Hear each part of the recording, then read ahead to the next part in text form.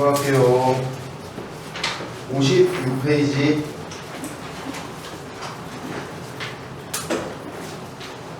저번에 입금 파트에서 뒤로 미뤘던 의제배당 하고 수익배당금, 입금불산임.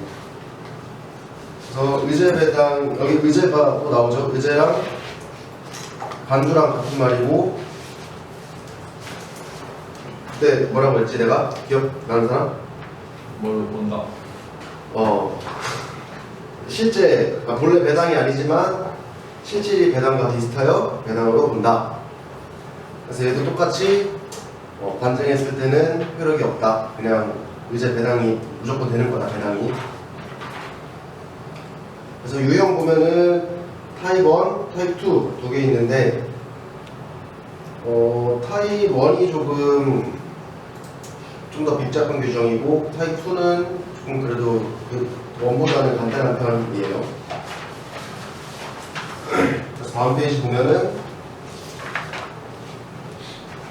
타입 1 잉여금의 자본전입으로 인한 의제배당. 그래서 내용 읽어보면 잉여금의 전부 또는 일부를 자본이나 출자에 전입함으로써 주주인 내국법인이 취득하는 주식의 가액. 그래서 이 무상주나 주식 배당을 배당받은 걸로 본다.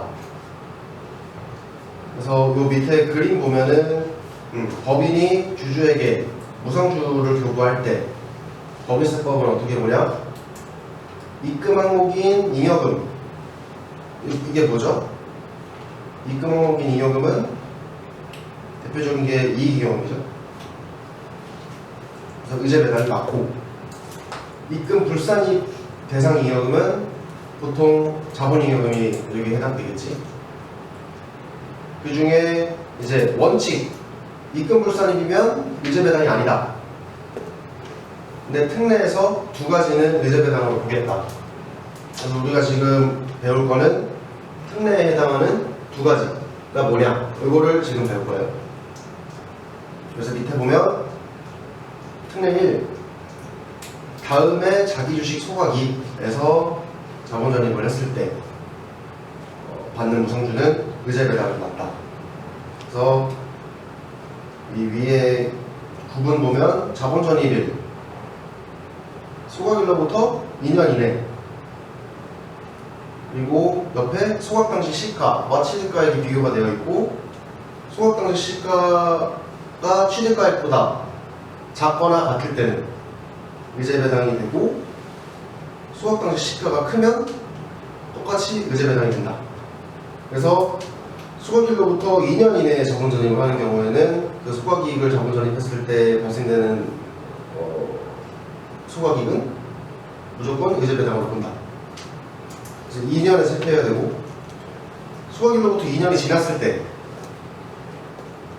이때는 위에랑 조금 다르게 소각 당시 시가와 취득가액을 구분해서 소각 당시 시가가 취득가액보다 작거나 같으면 의제 배당이 아니다.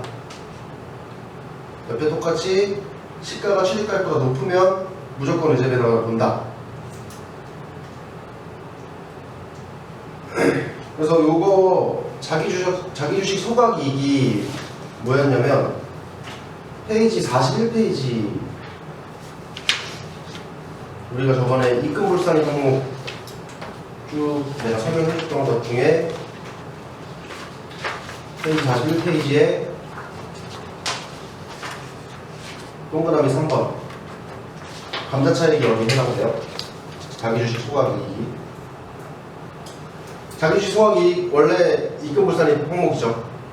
그래서 우리가 지금 대전제로 둔 입금불산입 항목이 자본전입이 됐을 때는 의제 배당이 해당이 되지 않지만, 여기 밑에서 특례 1에서 정하는 2년 이내 소각 당시 시가와 취득가액의 차이가 났을 때, 이 케이스에서는 입금불산입 항목임에도 불구하고 의제 배당으로 보겠다. 그래서 자기주식 소각이익은 어떨 때라는 거죠? 자기주식을 취득하는 목적이 크게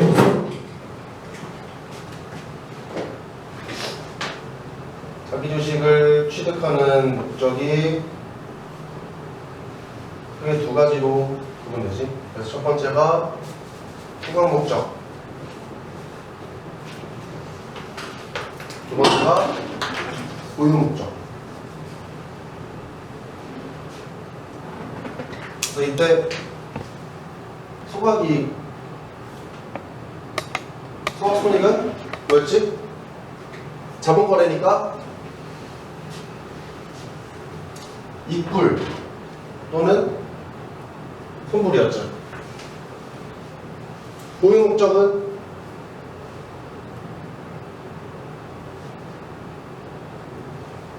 목적은 타 자산과 같은 논리를 적용했었지. 그래서 내가 우리 주식을 사든 타 회사의 주식을 사든 이로 인해 발생된 손익은 손금 또는 입금이었지. 법인세법에서는 그렇게 본다고 우리가 지금까지 배웠던 내용들 중에 다 있어요, 이거. 근데 소각이익은 뭐야? 그럼 여기서 나오는 손익인 거지.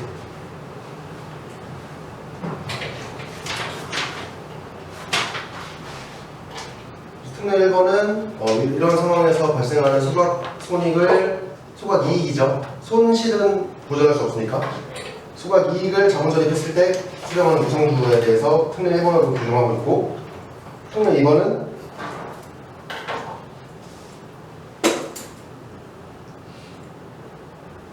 입금 불산입 항목인 잉여금을 자본전입했을 때 그 발행주식 법인이 자기 주식을 취득하고 있는 경우에는 자기 주식이 보유분에 대한 주식 배정을 할 수가 없어요, 상법상. 그래서 자기 주식을 보유하고 있는 법인이 이 자본전입을 하는 경우에는 기존 주주의 지분율이 무조건 올라가게 돼 있어요. 왜냐면 자기 주식분에 대한 거는 배정을 따로 하지 않기 때문에. 그래서 그 지분비율 증가분에 대한 것도 주주가 이익을 본 걸로 세법에서는 보고 의제 배당으로 보겠다. 그래서 이것도 그냥 넘어가면 될 것 같고, 이런 거 설명하고. 특례 1번의 입법 취지는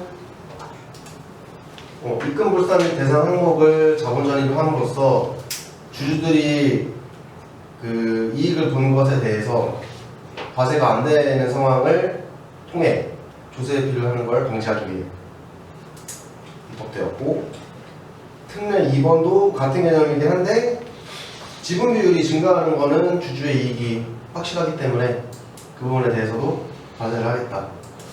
그래서 그런 취지로 입법이 된 법이고, 쭉 넘겨보면은 저는 이제 설명을 그냥 케이스를 바로 주고 그걸로 설명하는 게 나을 것 같아요. 그래서 의제배당액의 계산 60페이지 방법 1이 주식수를 이용한 방식, 방법 2가 지분율을 이용한 방식. 어쨌든 결론은 똑같아요. 근데 계산 방법을 두 개 다 알려줄게. 케이스 1번 60페이지에 있어요. 부상주 의제배당 사례. 그래서 갑법인이 A, B, C 주주들에게 무상주 1000주를 자본전입을 하기로 결정을 했다. 그래서 자본전입의 재원을 왜 확인해야 되지? 입금산입 항목인지 입금불산 항목인지 확인을 해야 되니까. 그래서 봤더니 1000주에 5,000원짜리면 총 500만원 증가되는 거죠, 자본금이. 그 구성이 자기 주식 처분이익 400만원하고 주식 발행 초과금 100만원이었다. 그러면 자기 주식 처분이익은 법인세법에서 어떻게 취급하지? 입금? 입금 항목이고, 주식 발행 초과금은? 입금 불산. 맞아. 그래서 400만 원은 의제 배당고 여부를 확인할 필요 자체가 없죠. 바로 그냥 주주의 배당이 되는 거야. 주식반의 총합금은 입금 부산 항목이니까 의제 배당 여부를 확인을 해야 돼, 안 해야 돼? 우리 이거 좀 전에 방금 전에 얘기했잖아. 자기 주식 소각이익은 입돌이인데 자기 주식 처분이익은 입금이다. 그죠?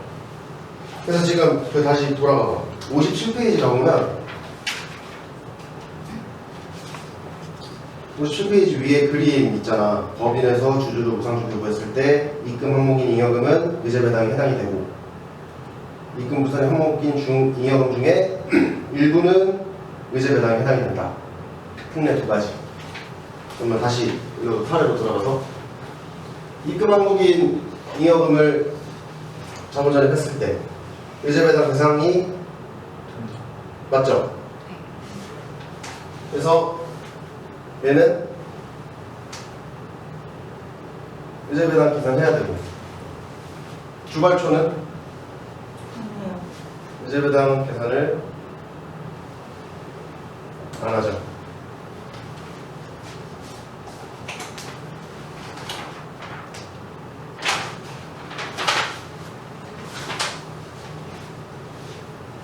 그래서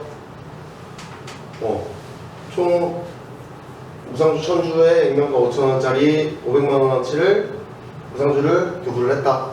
그러면 A주주, 이게 지분율, 주주 간의 지분율들이고 우리가 총 1000주 중에 지분 비율대로 배정이 돼야 되겠죠.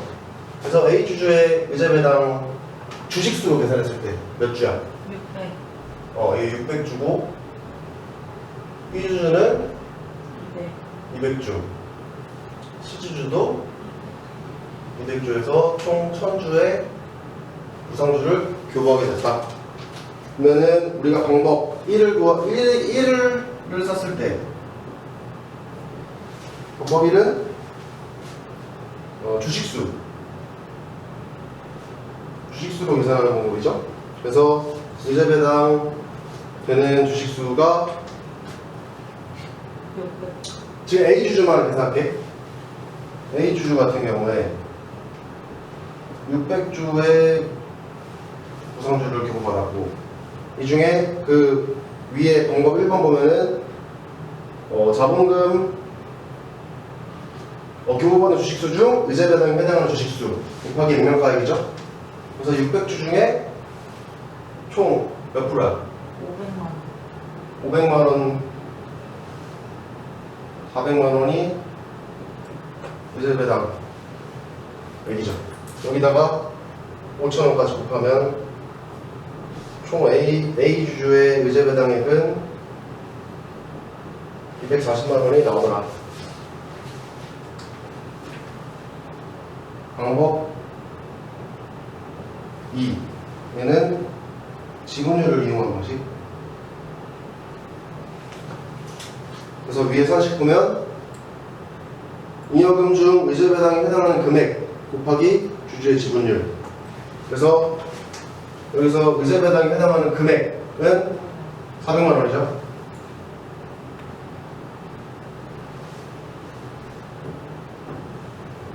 (400만 원에 A 주주의 지분율만 곱하면 똑같이 240만 원이 나온다. 그래서 이렇게 A 주주의 의제 배당액을 계산할 수 있다. 그래서 이 사례가 제일 기본적이고 제일 간편한, 계산하기 제일 간편한 사례야. 그래서 여기 케이스 1번이고 자기 주식이 있고 추가 배정을 한 경우 그래서 이거는 같은 방금 전에 사례와 같은 사례이긴 한데 C주주 대신 갑법인이 자기 주식을 20% 들고 있다. 1차 배정할 때 지분 비율대로 배정을 하면 600주를 받고 B주주가 200주를 받고 자기 주식은 상법에서 자기 자신한테 배정할 수 없다고 했기 때문에 없어지죠. 그래서 최초 1차 배정 때 총 800주를 배정을 했다. 1000주 중에. 추가 배정은 이 배정하지 않는 200주를 A와 B의 지분율대로 다시 배정합니다. 그래서 얘는 150주가 되고 얘는 50주, 얘는 0. 그래서 200주를 추가 배정했다. 요거 산식은 어떻게 돼? 200주에 지분율대로니까 800주분의 600주가 되죠. 그래서 150주가 나온다.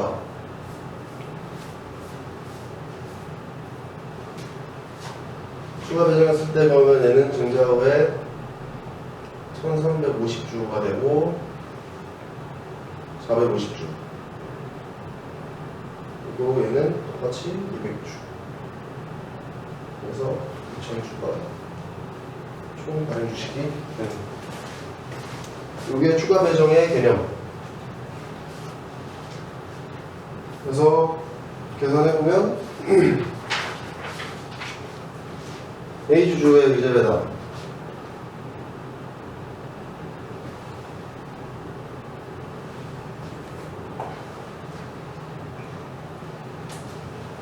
자, 자기 주식 처분이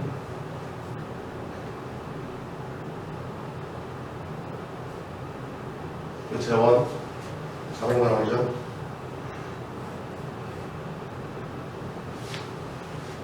그리고 주벌 총 100만 원, 총 500만 원의 제한. 요 부상주 자본 자립을 했고 방법이 뭐였지? 주식수에 의한 주식수를 이용할 방식.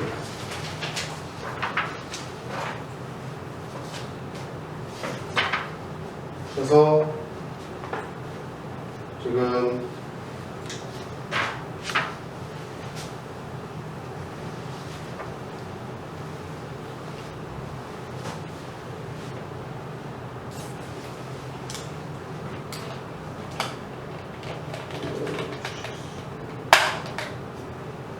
방법 2가 지분율.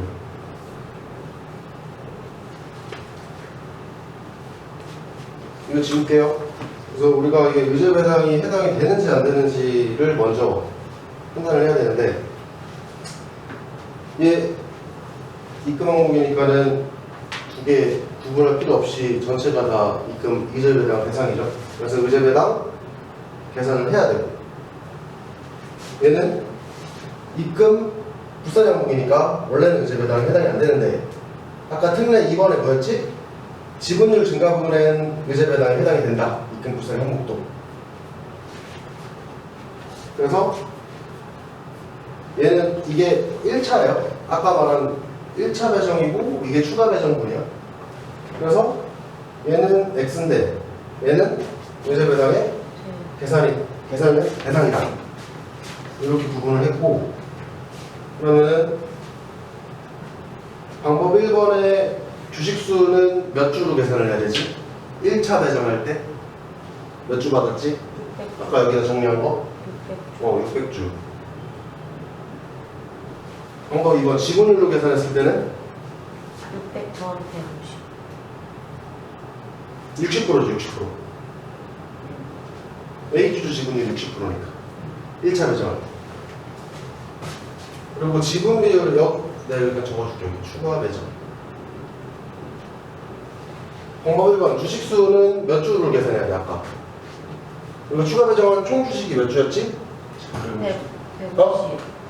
총 750주. 200주. 1000주 배정했는데 1000주를 무상주로 적립을 했는데 자기 주식 20%에 대한 거는 추가 배정하는 거니까. 그래서 얘 200주에 몇 분의 몇?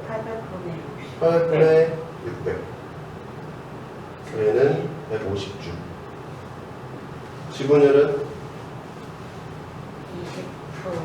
우리가 추가 배정한 지분율은 20%에 해당이 되지.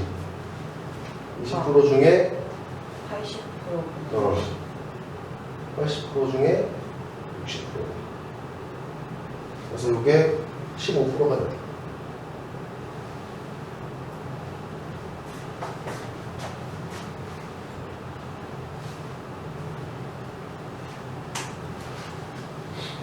이거 방법 1로 했을 때 이거 뭐야? 주식 수지?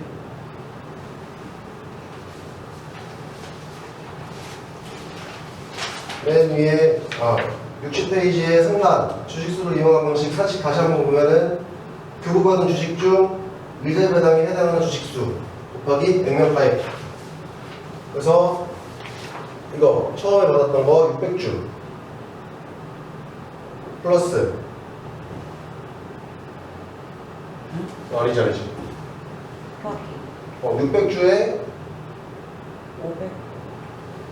요 비율 500만원 분의 400만원. 그래서 500만원 분의 400만원. 여기까지가 1차 배정. 거기다가 플러스 150. 여기 지분 비율 및 추가 배정은 150주. 여기다가 뭐 곱해야 돼? 액면가액. 액면가액 5,000원 곱하면 A 주주가 받은 총 의제 배당액은 315만원이 되고, 방법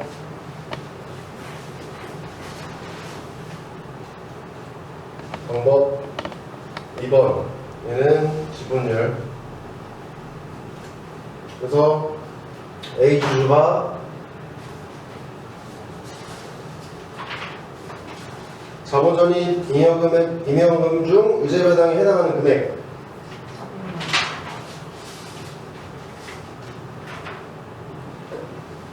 400만 원에 곱하기 60. 60%. 여기다가 지분 비율 증가분이 500만 원에 15%. 그래서 똑같이 315만 원이 나온다.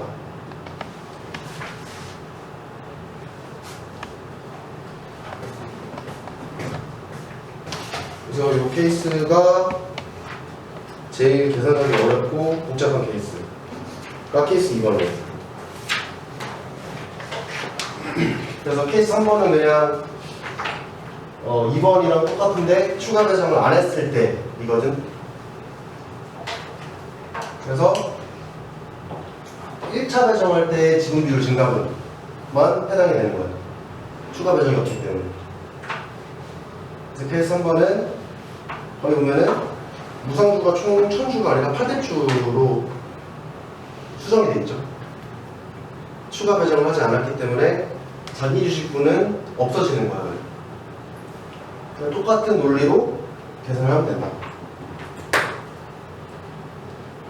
의제 배당은 그래서 이렇게까지 설명을 하면 이제 타입 1이 끝난 거예요.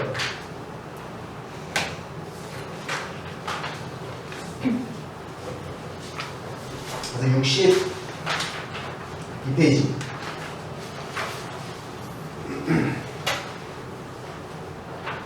세무 조정은 회사는 이 의제 배당은 회계 기준에서는 회계 처리할 필요가 없어. 왜냐면 무상주의 자본 전입은 주식 가치의 변동이 없어요. 주주 입장에서 유통되는 주식수가 늘어나는 만큼 주당 단가가 떨어지기 때문에 회계 처리할 필요가 없는데 입금 의제 배당이 해당이 되면 법인세법에서는 그만큼을 입금으로 본다. 그래서 회사가 그 회계 처리를 안 했기 때문에 자산이 과소계상돼 있죠. 내가 무상주 받은 것만큼은 입금으로 보니까 입금으로 본 자산 그 증가분만큼은 자산에 산입을 해줘야 되는데 걔를 하지 않았기 때문에 자산이 과소계상돼 있고 자산을 증시켜야 되기 때문에 입금 산입 유보 처분이 된다. 그래서 62페이지 가운데 표 보면은 이제 입금 항목이 자본전이 됐을 때 의제 배당이 되고 입금 불산 항목이 자본전이 됐을 때 의제 배당이 해당이 되지 않는데 입금 불산입 중에 자기 주식 소각이익 그리고 지분 비율 증가분은 전부 다 의제 배당에 해당이 된다를 표로 정리해 놓은 거예요.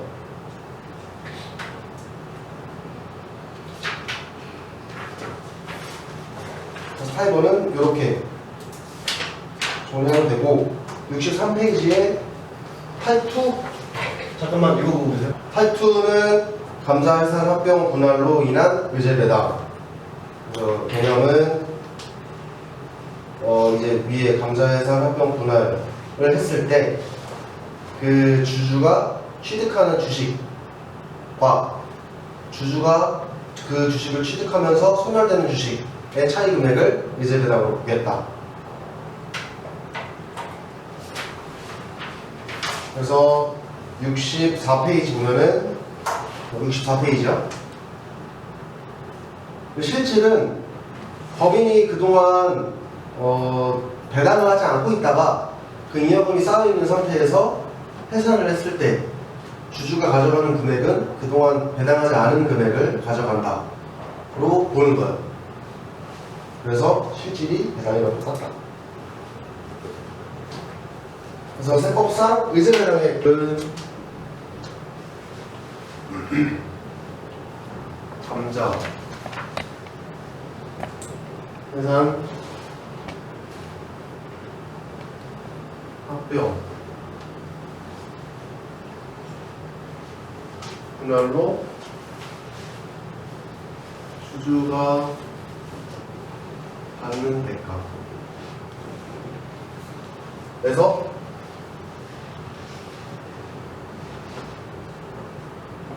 소멸 주식의 취득가액을 빼면 돼. 그래서 펜보다 조금 간단하죠? 그래서 이게 1번 2번인데 주주가 받는 대가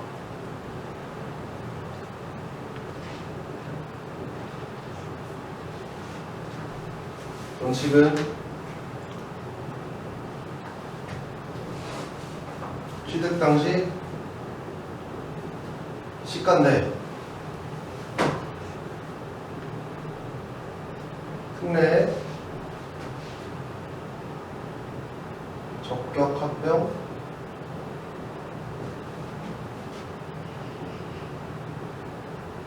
분할의 경우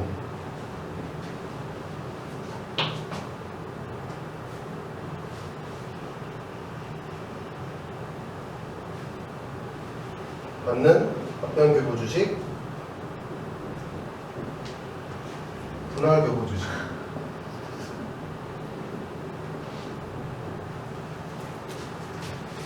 은 또 밑에 설명이 되어 있는데 주식으로만 대가를 받는 경우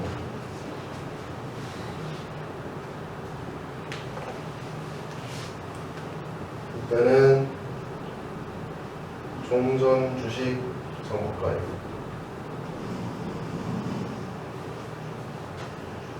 그리고 일부를 금전으로 받은 경우 거기에 뭐 금전 또는 그 밖의 재산이라고 나왔는데 그 밖의 재산을 제외하고 금전으로 받았을 때는 둘 중에 작은 금액 취득 주식 시가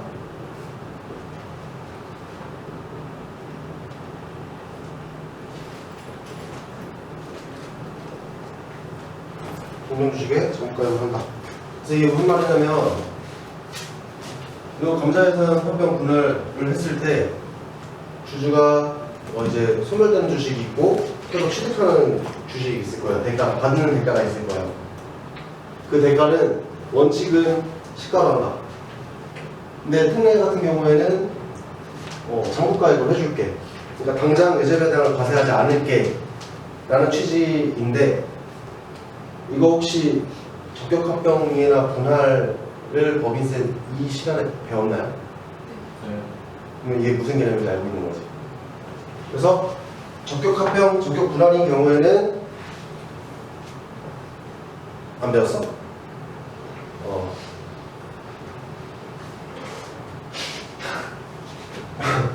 적격합병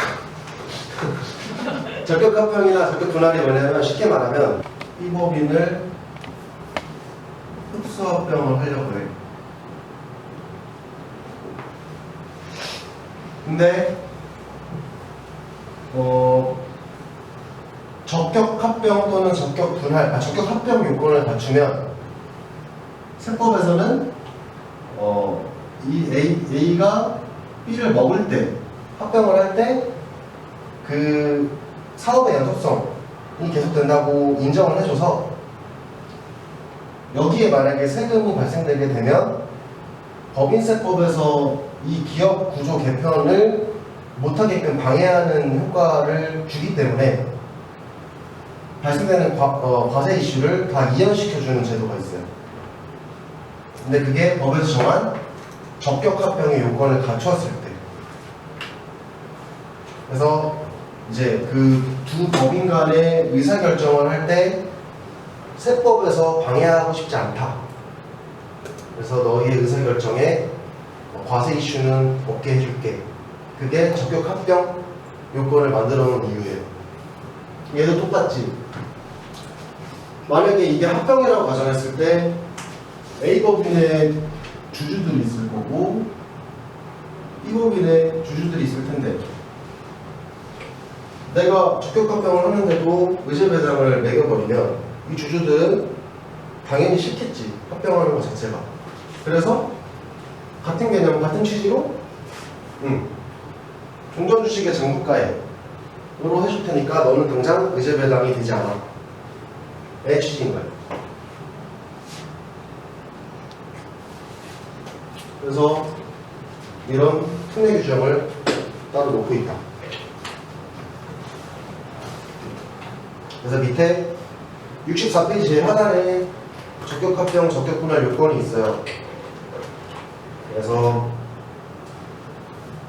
합병 등기 현재 양 법인이 1년 이상 계속 사업을 하던 법인 간의 합병이어야 되고 밑에 뭐 이제 합병 대가의 80% 이상의 주식이어야 되고 뭐 특정한 지배주주한테 얼마 이상의 주식을 배정해야 된다. 이런 요건들을 정해놨어. 적격합병이 되면 종전주식의 장부가액으로 해주니까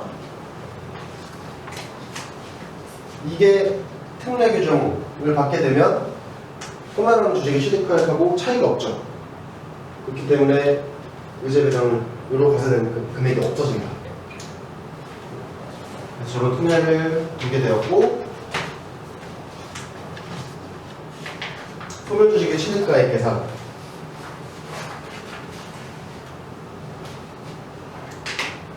소멸주식 취득가액은 이 원칙이 소멸주식 취득가액은 텍스상 취득가액을 의미하기 때문에 법인세법에서 플러스 마이너스 유보로 소득처분된 금액들은 다 반영이 돼야 되는 거예요. 회계장부 북밸류에 텍스상 유보 금액을 반영한 금액이 텍스상 취득가액이 되는 거고 특례 규정은 감자 전에 2년 이내 의제배당으로 과세되지 않는 무상주. 좀 전에 타이원에서 의제배당으로 과세되지 않는 경우가 있죠. 예를 들면 주식 발행 초과금의 잉여금 전입, 자본 전입 했을 때 그 부분은 아까 의제배당 계산이 안 됐었지. 그런 것들로 얻은 무상주는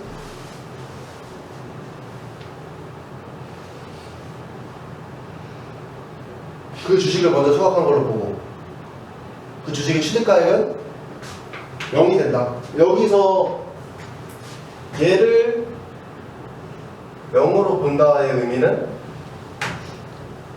취득가액이 내려간다는 의미고 취득가액이 내려가면 의제배당은 높아지죠. 페널티를 주겠다. 과세가 된 적이 없으니까.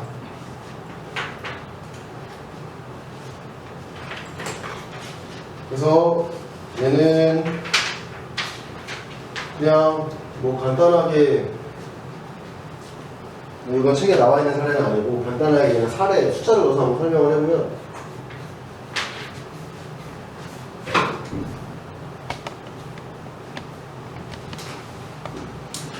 자 A 법인의 주주가 A라는 주주가 100%를 출자한 법인이 최초에 자본금 100만 원으로 시작을 했는데 한 10년 정도 사업을 했고 10년 후에 재무제표를 보니까 이 회사는 자본 총계가 뭐 한 2천만 원이 돼야 있더라. 그러면 이 회사에서 이제 이 회사를 해산시키려고 해요. 해산 당시에 주주는 자본 총계에 해당하는 금액만큼을 받겠죠. 그래서 여기에 2천만 원이 들어가고 소멸주식의 취득가액은 혼자 100만 원만 출자하고 명의라도 법인이기 때문에 100만 원이 됩니다. 그래서 리제 배당액은 1,900만 원이 된다. 그래서 여기 아까 맨 처음 설명했던 취지를 다시 한번 얘기해보면 회사가 만약에 그동안 벌어들인 수익에 대해서 배당을 했다면 자본 총계가 2천만 원이 안 나오겠지. 자본 총계가 2천만 원 밑으로 떨어질 텐데 그동안 이 회사에서 배당을 아예 안 해버린 거야. 그러니까 쌓여있는 2천만 원에 대한 귀속을 주주에게 시키는 금액이 1,900만 원이 된다. 이걸 해산하면서. 그래서 각각의 케이스 감자도 똑같아요. 만약에 이때 해산이 아니라 그냥 감자를 시키려고 그래. 자본금을 뭐 한 100원만 놔두고 99만 9,900원을 감자를 시켜버리려고 그래. 그러면 여기에 99.9%는 이 감자로 인해 얻는 대가가 되겠지, 주주가. 그러면 그 차이만큼은 또 의제배당이 된다.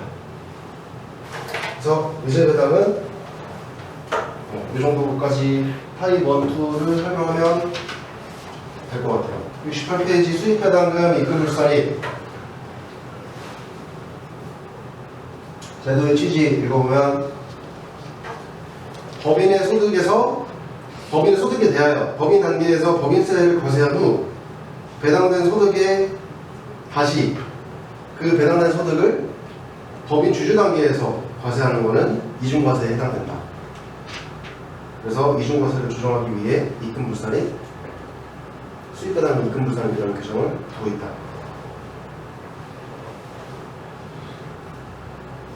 그래서 그 밑에 케이스 보면은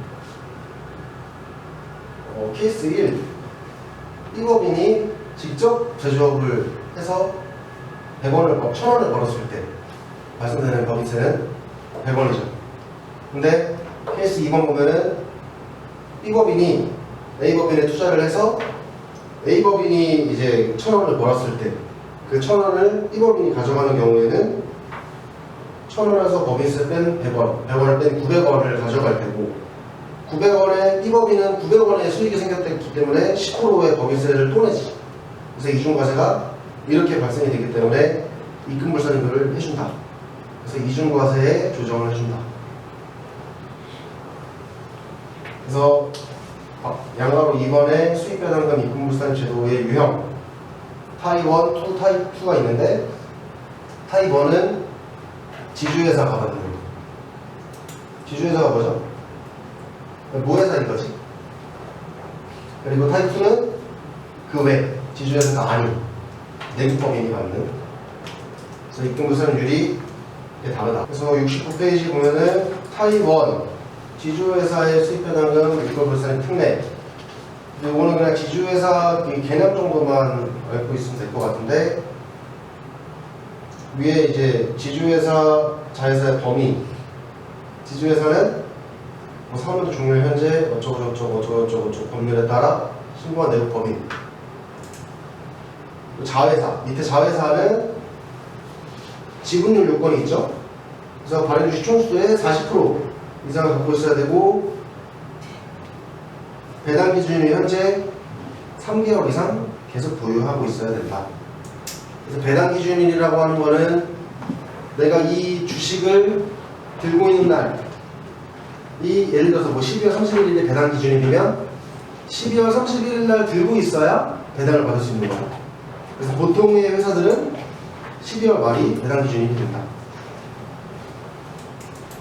배당 기준일이 12월 31일인데 3개월 이상 계속하여 보유하고 있는 경우가 되려면 언제부터 들고 있어야 돼? 9월 말일부터 들고 있어야 되죠? 11월 12일. 그리고 밑에 업종 요건.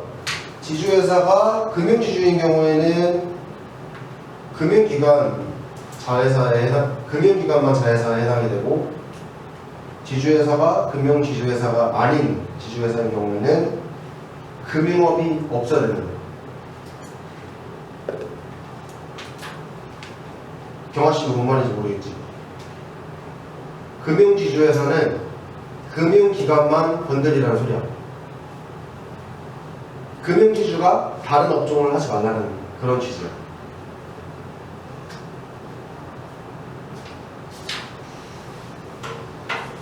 그러니까 예를 들어 카카오 같은 경우에 지금 막 은행까지 하잖아. 그런 거 하지 말라는 소리야. 그러니까 너희는 그 은행, 금융권 외에 다른 것들을 해라, 업종을. 그런 취지고, 뒤에 입금불산입 회계 계산, 이거는 그냥 타입 2에서 설명을 할게요. 그래서 70페이지에 제일 밑에 입금불산입률, 이거 타입 1 지주회사에 대한 설명이고, 지분율 뭐 40% 이상일 때 100%, 30%에서 40%일 때 90%, 이렇게 쭉쭉 지분율대로 입금불산입률이 달라진다. 이 정도만 기억을 하면 될 것 같고, 이 타입 1은 사실 타입 2만 이해하면 되기 때문에 타입 1은 사실 크게 뭐 볼 필요는 없어요. 타입 2가 더 중요하다. 타입 1보다 훨씬. 72페이지. 타입 2 입금불산입액의 계산 산식은 이렇게 되고,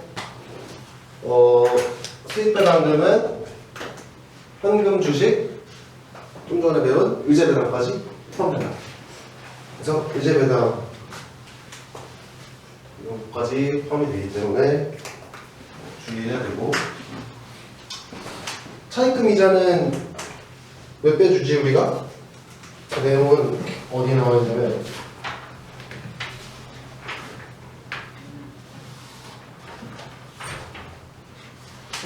71페이지에 상단 차입금이자 차감일부가 나와 있어요.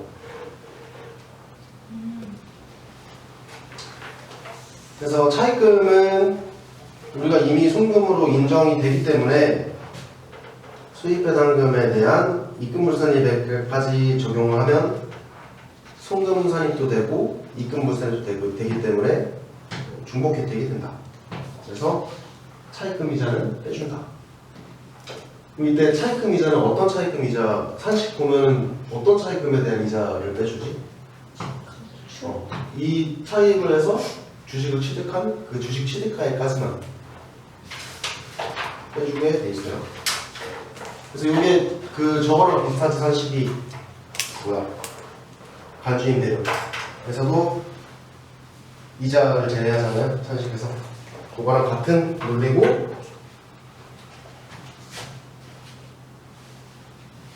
한 번에 입금불산입률은 그 밑에 표가 나와 있어. 그래서 상장법인일 때, 비상장법인일 때 있는데, 비상장법인일 때만 얘기를 할게. 그래서 비상장법인에 대한 피출자법인에 대한 출자 비율이 0%부터 50%까지는 그 자회사에 대한 수입배당금의 입금불산입률은 30%, 그리고 50%부터 100% 사이 입금 불산의 능률 50%. 100%를 보유하고 있는 경우에는 100%만큼 입금 불산입을 해준다.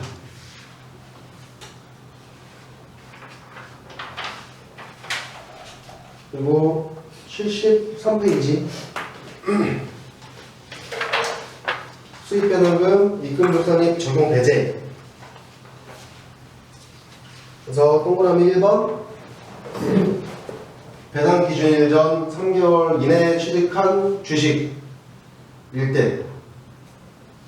때는 수입배당금 입금 불산입 적용 배제. 이게 뭔 말이야? 배당 기준일부터 3개월 이전에 취득을 하라는 말이지. 그래서 12월 31일 기준으로 배당 기준일이 12월 31일이라고 가정했을 때 10월 1일 이후 취득하는 주식은 수입배당금 입금 불산입을 적용하지 않겠다. 그래서 동그라미 1번은 생각을 항상 해야 돼. 그래서 우리가 입금 불산입 적용 배제를 하려면, 적용을 하려면 이 회사가 이 주식을 언제부터 취득하고 있었는지 확인할 필요가 있다.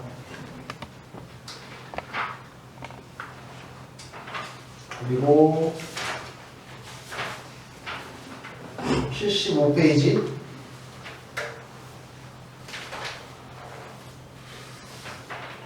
지금 우리 뭐 하고 있냐면 수입배당금 입금불산입 적용배제 보고 있어요.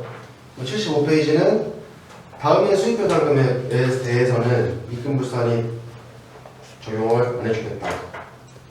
그래서 오른쪽 화살표에 왜 그러는지 내용이 나와 있는데 수입배당금 입금불산입액의 입법 취지는 뭐였죠? 이중과세에 대한 조정인데 아래 A, B, C, D는 애초에 법인세 과세 단계에서부터 법인세가 과세가 되지 않는다. 그래서 조정해줄 이중과세가 없기 때문에 여기에서 받는 배당들은 입금불세 적용 배제를 한다. 그래서 내용들 보면은 뭐 법인세를 비과세, 면제, 감면받는 법인 그리고 뭐 법인세 과세 단계에서 뭐 소득공제 등등을 해서 애초에 법인세가 과세가 안 되는 금액들이 나와 있어요. 124페이지 대손충당금 굉장히 중요하죠. 그래서 1번 대손금과 대손충당금의 개념. 대손금은 이미 떼인 돈.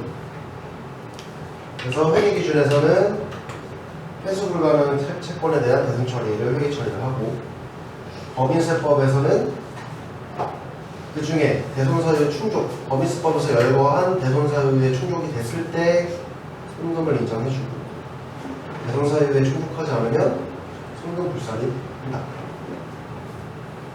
그리고 밑에는 대손충당금. 대손충당금은 아직 떼이지 않았지만 떼일 것 같다 예상하는 금액이어서 이제 떼일 돈이라고 표현을 하고 있어요, 책에서는. 그래서 기업회계 기준에서는 객관적인 손상의 증거가 있는 경우 회계 기준에서 열거한 뭐 이제 여러 가지 조건들이 있어요. 그래서 회수 불가능한 손상이 있을 때 그때 대손충당금을 설정하게 돼 있고 법인세법에서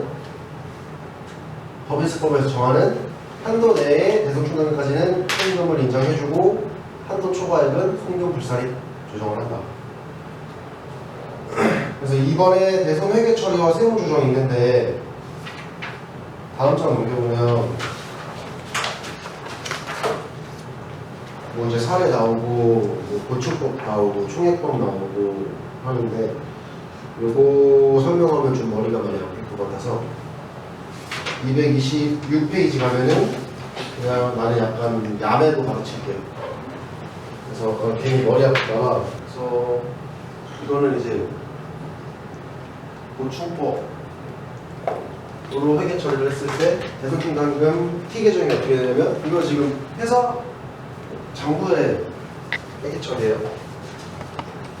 대손충당금 기초가 있고 단계 감소하겠지. 단계 감소되는 이유는 뭐야? 대손충당금의 감소는 어떤 상황일까? 실제로 떼어서. 작년에 떼일 것 같아서 잡아놨는데 실제로 떼인 거야. 그래서 감소가 나오는 거야. 기말 600은 어떻게 나오지? 기말에 떼일 것 같은 금액에 대한 대손 충당금을 잡은 거지. 그래서 기초에 500이 있었고 기중에 감소 200이 돼서 현재 300이 남아있어. 근데 기말에 대손 충당금 떼일 것 같은 돈이 600원 정도가 되는 거야. 그래서 600원을 설정하려고 300원을 추가적으로 보충을 했다. 그래서 보충법이 이렇게 됩니다. 근데 여기에 보니까 전기 부인액이 50원이 있고 여기 보니까 단기 대손 충당금 한도 시부인을 해봤더니 회사는 600원의 대손 충당금 설정을 했고 법인세법에서는 한도가 500까지밖에 안 된다. 그래서 100원에 대한 한도 추가액이 생긴 상태. 그럼 이때 세무 추정은 어떻게 되냐? 위에 내가 생략한 설명 중에 어떤 게 있냐면 회사는 보충법으로 회계 처리를 하는 게 회계 기준에 따른 회계 처리지만 텍스에서는 무조건 총액법으로 기준으로 보고 있어요. 대손 충당금이라는 개정을. 그래서 총액법은 뭐냐면 전기에 넘어왔던 거 올해 싹 다 환입하고 다시 600을 새로 잡아라 라는 게 총액법이거든. 그래서 전기 부인액은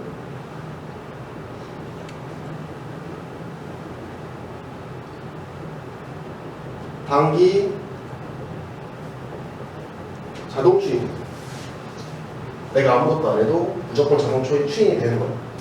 그래서 딱 보고 전기에 송금불산이 150원이 있다. 그러면은 단기에는 무조건 송금산이 마이너스 유보의 조정을 무조건 해줘야 돼. 이건 그냥 제일 스텝 1이야. 제일 먼저 이거는 무조건 들어가야 되는 세무 조정이야. 그리고 기말에 봤더니 600원의 대손 충당금을 설정을 했는데 500원이 한도이기 때문에 100원은 송금불산이 유보 처분을 해줘야 됩니다. 자, 그럼 이거 내년에 갔을 때 요거 남아있을 거 아니야, 저기에. 그러면 당연히 100도 내년 되면 자동 추인이 되는 거죠. 그래서 법인세법에 몇몇 자동 추인 대상 세무 조정들이 있는데 그 중에 대손 충당금 전기 부인액이 해당됩니다. 그래서 요 정도로 그냥 회계 처리는 이해하면 될 것 같고. 그럼 금액이 상관없이 전기 부인액은 다 무조건. 다? 무조건.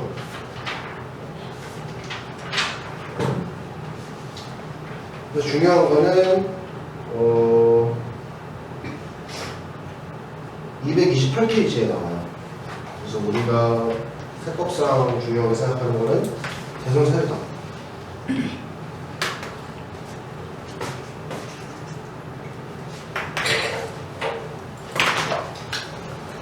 그래서 228페이지 대손 사유 보면은 제일 위에 부분에 강제 대손 사유 있고 오른쪽에 임의 대손 사유 있죠. 강제 대손 사유는 신고 조정 사항이고 임의 대손 사유는 결산 조정 사항이다. 그래서 신고 조정, 결산 조정은 이미 다 알고 있을 거라 믿고 강제 대손 사유를 회사가 정부에 반영하지 않았을 때는 세무 조정에서 뭐가 나와야 되지? 영화 씨? 회사에서 회계 처리를 장부에 처리하지 않았어. 강제 대손 사유에 해당하는 채권이 장부에 반영이 돼 있어. 이 장부에 계산이 돼 있어. 뭐 어떤 세무 조정이 줘야 돼? 왜 없어? 송금산이 마이너스 5를 해야지. 반대로 임의 대손 사유에 해당하는 채권을 회사 재무상태표에 올려놨어.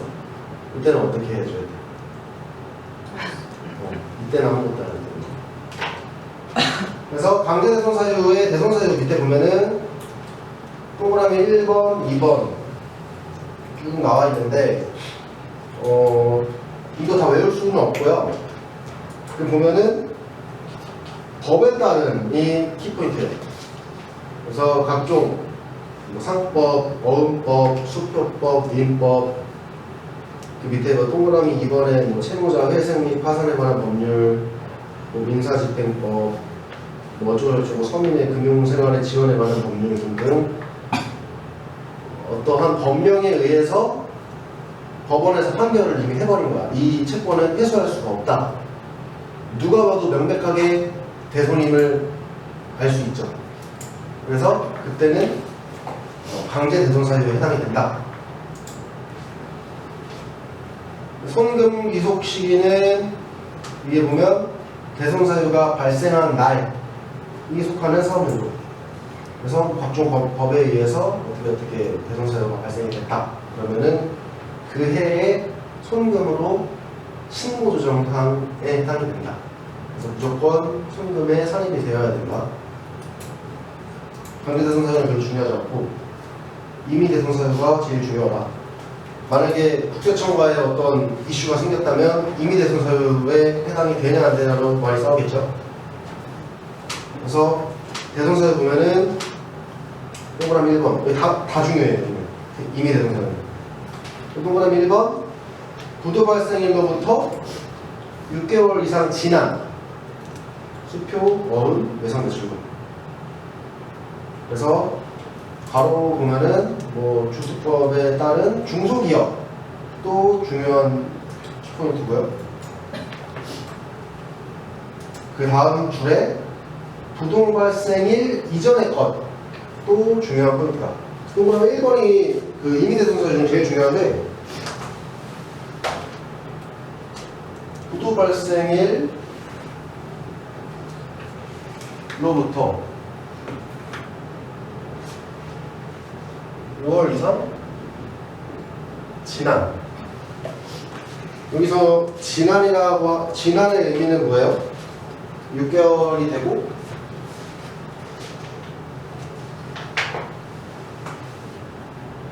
플러스 1일이 돼야 된다는 거예요. 그리고 그 밑에 수표, 어음, 외상매출금이라고 써져 있고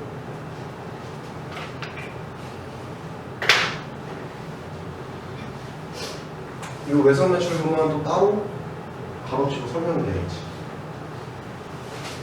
그래서 조특법에 따른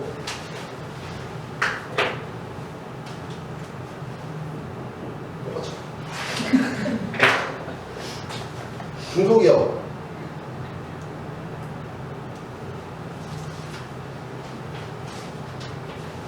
플러스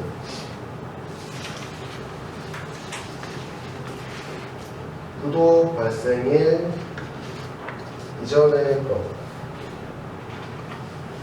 조건이 엄청 많아요. 그래서 부도 발생일로부터 6개월 이상이 지나야 되고 수표 어음은 뭐 그냥 상관없고 그 중에 외상매출금은 중소기업이어야 되고 부도 발생일 이전의 것이어야만 임의대손사유에 해당이 됩니다. 그래서 여기서 부도 발생일이 뭘 의미하냐면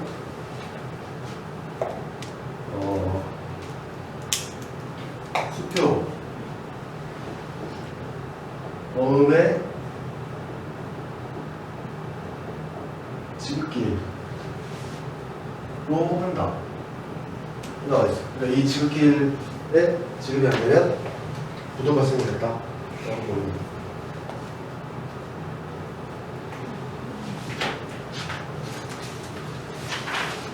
그래서 동그라미 1번이 제일 중요하다. 여기서 이 중소기업은 누구야? 외상매출금을 보유하고 있는 채권자가 중소기업이어야 된다. 내 거래 상대방이 중소기업이 아니라 이 채권을 보유하고 있는 사람이 중소기업이어야 된다.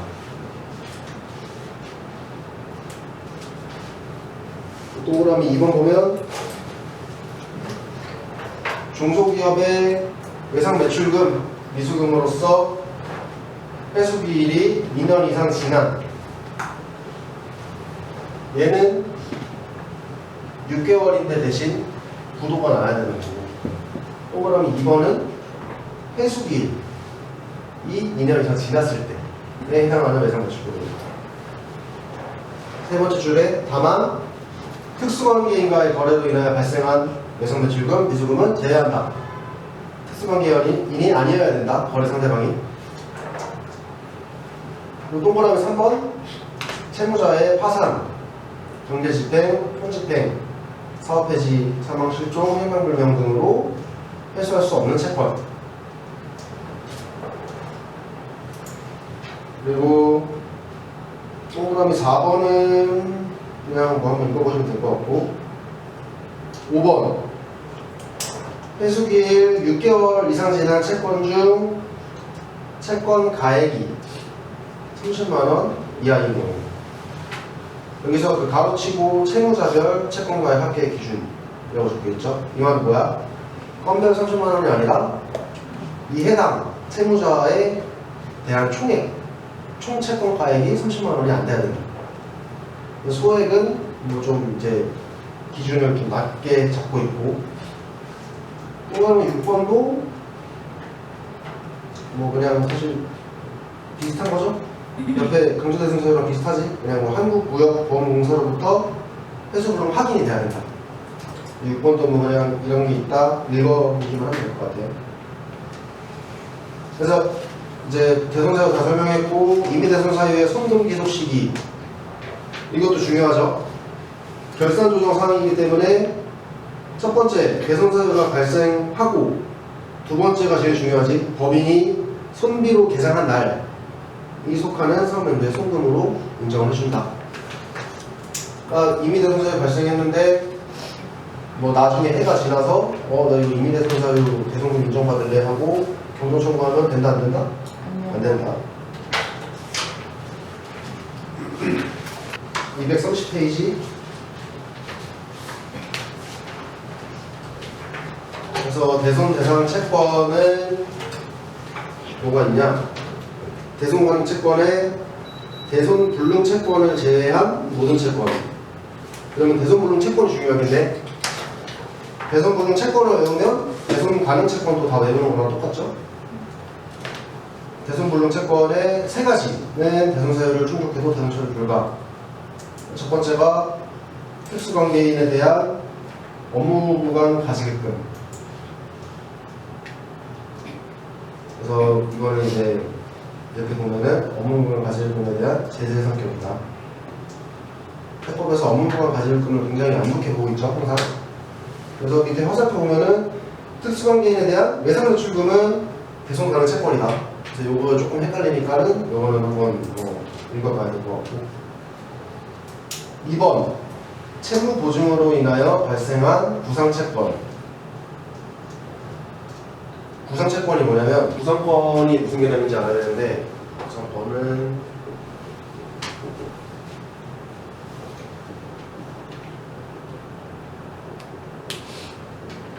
타인을 위해 그 사람의 채무를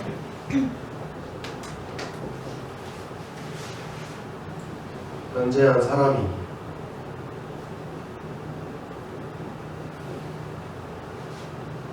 그 타인에 대하여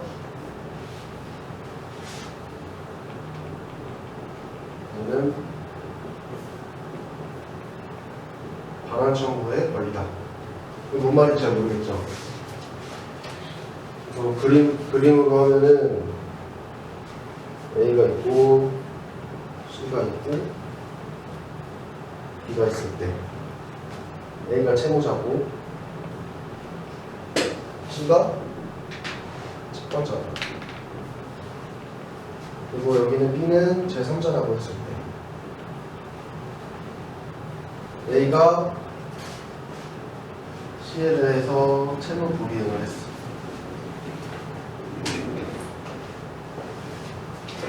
제3자인 B가 연대 보증을 썼다고 쳐볼게요. B에 대해 채무 이행 청구를 했고 B가 어쩔 수 없이 C에다가 A 대신 변제를 해줬다. 뭐 이러고 끝나면 B는 너무 억울하죠. 그래서 A에다가 구상 청구를 하는 거예요.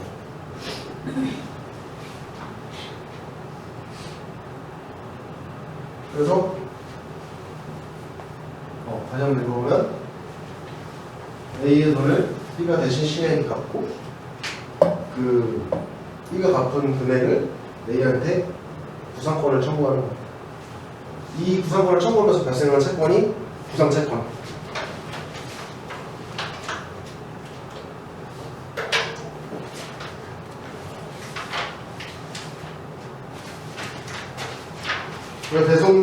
여기 지금 대손 불능채권 230페이지 보고 있고, 동그라미 2번에 대손 불능채권에 채무보증, B가 채무보증에서 발생한 구상채권은 대손 불능채권이다.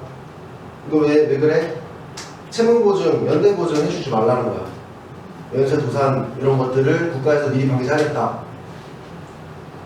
동그라미 3번 부가가치세법상 대손세액 공제를 받은 부가가치세, 매출세, 미수금. 부가세에도 대손세액 공제 있죠.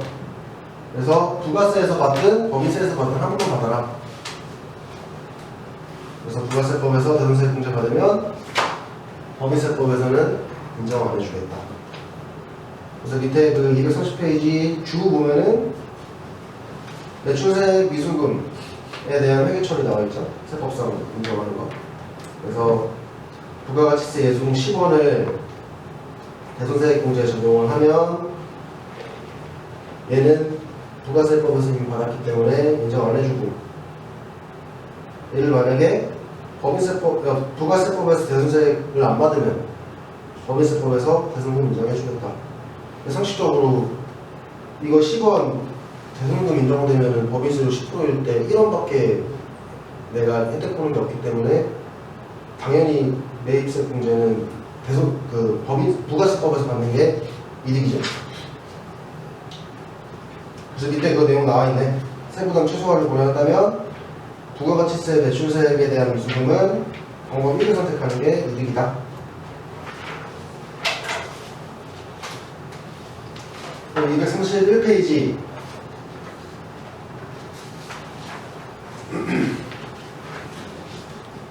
대손가능 채권에 대한 세부조정인데, 이제 구분별로 회사가 대손처리 한 경우, 안 한 경우 나와 있죠. 아까 경화시 틀렸던 관계대손자를 충족했을 때 오른쪽 보면 회사가 대손처리 안 했어. 그러면은 손동산이 마이너스 이거 해줘야 되는 거고, 이걸 다시 풀어서 설명하는 거야. 법인세법상은 없는 채권인데 회사가 재무상태표에 올라가 있지. 그러면은 자산의 과대계상이지. 과대계상하면 뭐 해야 돼? 자산에 감을 시켜줘야 되니까 손동산이 마이너스 되고 차감 조정이 돼야 되는 거고, 반대로 대손사유를 충족하지 못했는데 회사가 대손 처리를 했다. 그러면은 방금 설명한 논리대로 접근을 하면 회사에는 지금 채권이 법인세법에서 정하고 있는 채권가액보다 과속 예상되어 있지. 영화씨 이해했어? 그럼 과속 예상되어 있으면 뭐 해줘야 돼? 자산을 증식시켜야 되니까 가산 조정인 송금물산의 유보 처분을 해줘야 된다.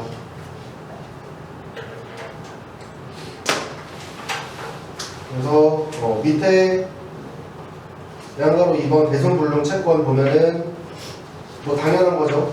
대손 사유를 충족 못했는데 대손 처리했을 때는 송금물산을 유보해줘야 되고, 대손 사유를 충족한 대손불능 채권을 회사가 대손 처리한 경우에는 그 밑에 별표 보면은 특수관계인에 대한 업무구간 가시급금은 우리 계속 얘기하고 있는 귀속자에 따라서 배당 상여 기타 사유 유출을 해줘야 되고, 동그라미 2번 채무 보정으로 인한 부상채권은 그냥 기타 사유주. 3번은 부가세 매입세 공제였으니까 얘는 유곡에 처분을 해주고. 그래서 대손금 관련 세무조정은 이렇게 해주고 232페이지 가면 이제 대손 충당금에 대한 설명이에요. 뭔 차이였지? 대손금이랑 떼일 돈, 떼인 돈. 그 차이. 그래서 대손 충당금은 앞으로 떼일 돈, 미리 비용 인정해줄게. 그 취지였고. 그래서 되게 간단해. 그냥 세법상 대손 충당금 설정 대상 채권 가입. 아까 말했던 대손 불능 채권을 제외한 나머지 채권은 다 설정 대상에 해당이 되고 거기에 대손 설정률을 부과해주면 된다. 그래서 이 대손 충당금 설정 대상 채권 가액에는 단기말 ES의 채권 가액 에서 설정 제외 채권 가액을 땡금액에 플러스 마이너스 유보에 조정을 해줘야 여기서 말하는 이 세법상이 나오죠. 그 밑에 보면은 설정 대상 단기말 재무상태표 채권 가액의 설명 보면 뭐 쭉쭉쭉쭉 계정 과목 나와 있고 화살표가 중요해요. 대손 발생 가능성이 전혀 없는 채권도 설정 대상이다.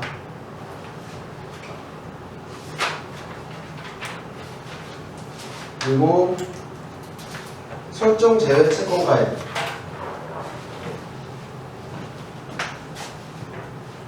설정 제외 채권 가액 233페이지 보면은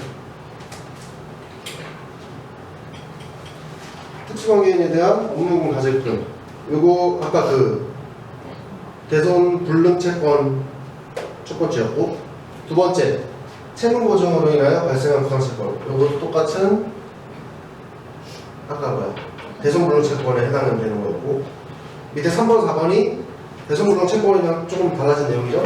그래서 부계부에 해당하는 고가매매 거래의 경우 시가 초과액에 상당하는 채권. 부계부 지금 배웠으니까 다들 알죠? 고가 매입했을 때 세법상 인정되는 취득가액은 어디까지야? 취득가액이 인정이 되고 자산 같은 경우에는 다른 경우에 뭐 부계부에 해당 고가 매매면은 세법에서 인정해주는 그 가액은 어디까지야? 시가까지죠. 그래서 그 초과액에 대한 채권을 법인이 갖고 있을 때 그거는 대손 대상 채권이 아니다. 시가까지 인정이 되는 거지. 여기 보면 3번에 나오는 시가 초과액 상당하는. 그리고 4번이 매각거래에 해당하는 할인 배서 양도의 어음. 그래서 설정된 채권 가액을 제외하고는 전체가 다 인정이 되고 대손 설정률은 234페이지에 나와 있어요. 그래서 대손 설정률은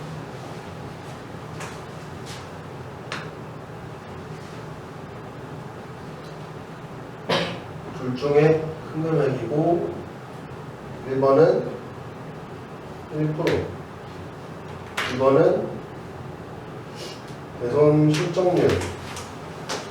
근데 이 대손 실적률이 어떻게 계산되냐면 전기말 세법상 설정 대상 채권가액 이거 전기말법 분의 단기 세법상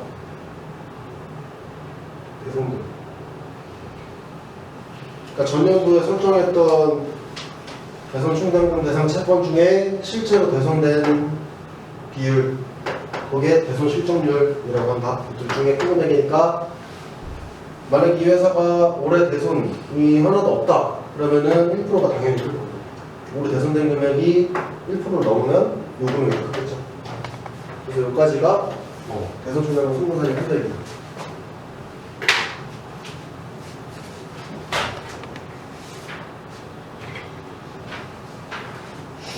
그래서 이렇게 대손 충당금 한 금액이 나오고 총과액은 송금불산입이고 아까 말했다시피 송금불산액이 관계계 다음 차기로 넘어가는 차기에는 그 송금불산액 유보는 자동 추인 대상이다.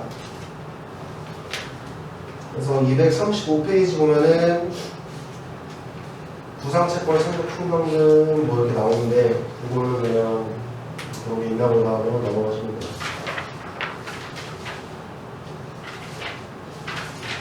그래서 대상 충당금은 이렇게 끝 마무리하면 될 것 같고 239페이지 일시상각 충당금과 준비금 제도 취지 보면은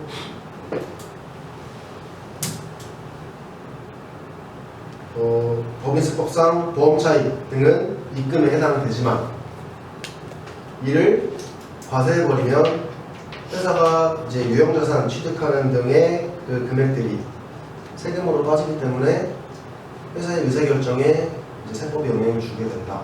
그래서 이 보험차익 등 중 자산 취득에 소요된 금액은 일시적으로 과세하지 않겠다. 제일 하단에 보면은 과세 이연제도에 해당한다. 그래서 이 파트는 사실 뭐 그렇게 중요한 파트가 아니에요. 실무상 다루지도 거의 않을 거고. 그래서 그냥 어떤 개념인가만 알고 있으면 될 것 같아요. 그래서 용어가 일시생각 충당금이 나오고 압축기장 충당금이 나오는데 그 차이는 그 세 번째 줄 보면은 일시생각 충당금은 비상각 자산, 아니 생각 자산, 그리고 비상각 자산은 압축기장 충당금이라는 용어를 쓴다. 그래서 240페이지 보면은 일시 압축기장 충당금은 원칙적으로 결산 조정 사항에 해당되지만 기업 회계 기준에서는 이거를 비용 계상하는 걸 회계 기준에서 허락하지 않기 때문에 당연히 회계 처리를 이렇게 못하겠죠. 그래서 신고 조정으로 송금 단입하는 걸 허용해 준다.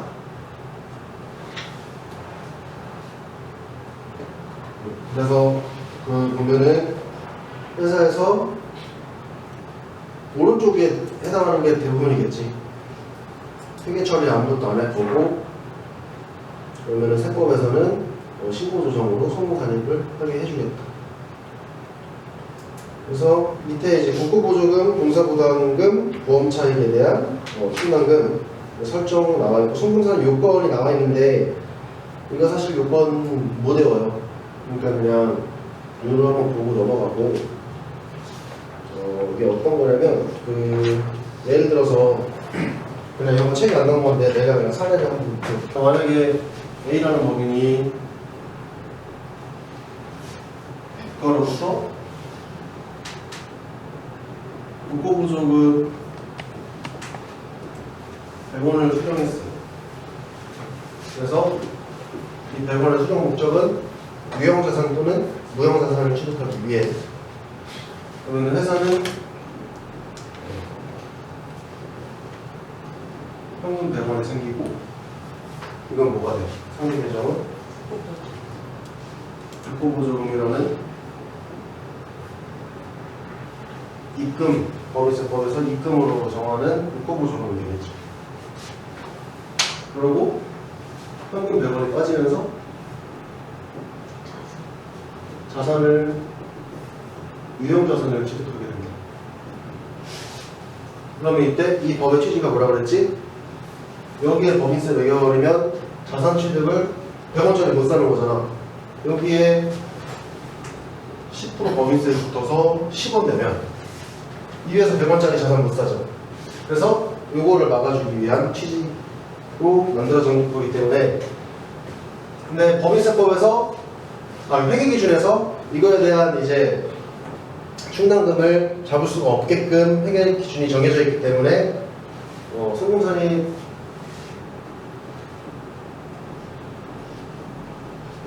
대본을 하고 마이너스 6% 조정을 해주겠다 이거죠. 그래서 이 회사가 만약에 이게 상급자산이라고 하면은 이제 이 회사는 100원이라는 자산에 정액법 내용연수 5년이라고 가정했을 때 기말에 100원에 0.2인 20원에 감가상각비 계산하는 거지.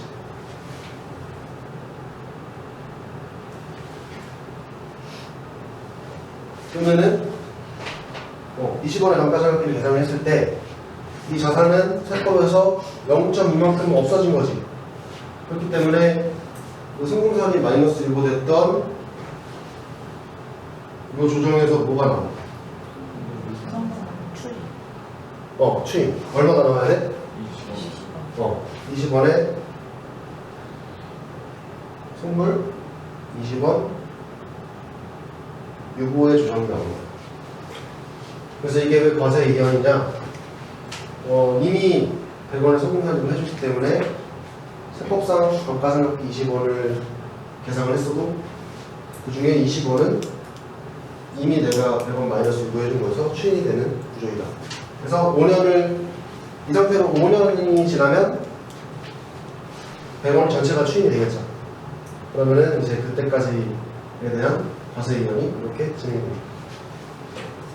그래서 이 정도 그냥 개념만 알고 있으면 될 것 같아요.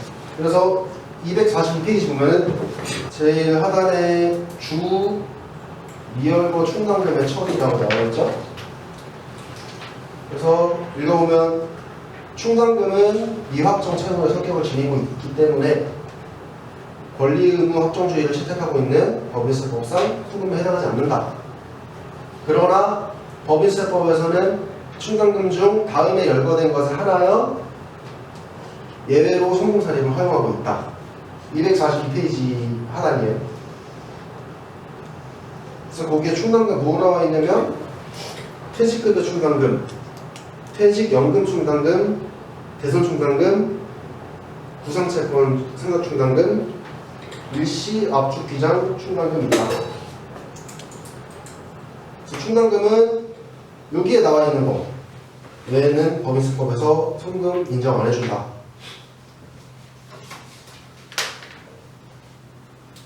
그래서 일단 우리가 충당금에 대한 공부는 여기까지 하면 다 될 것 같아요.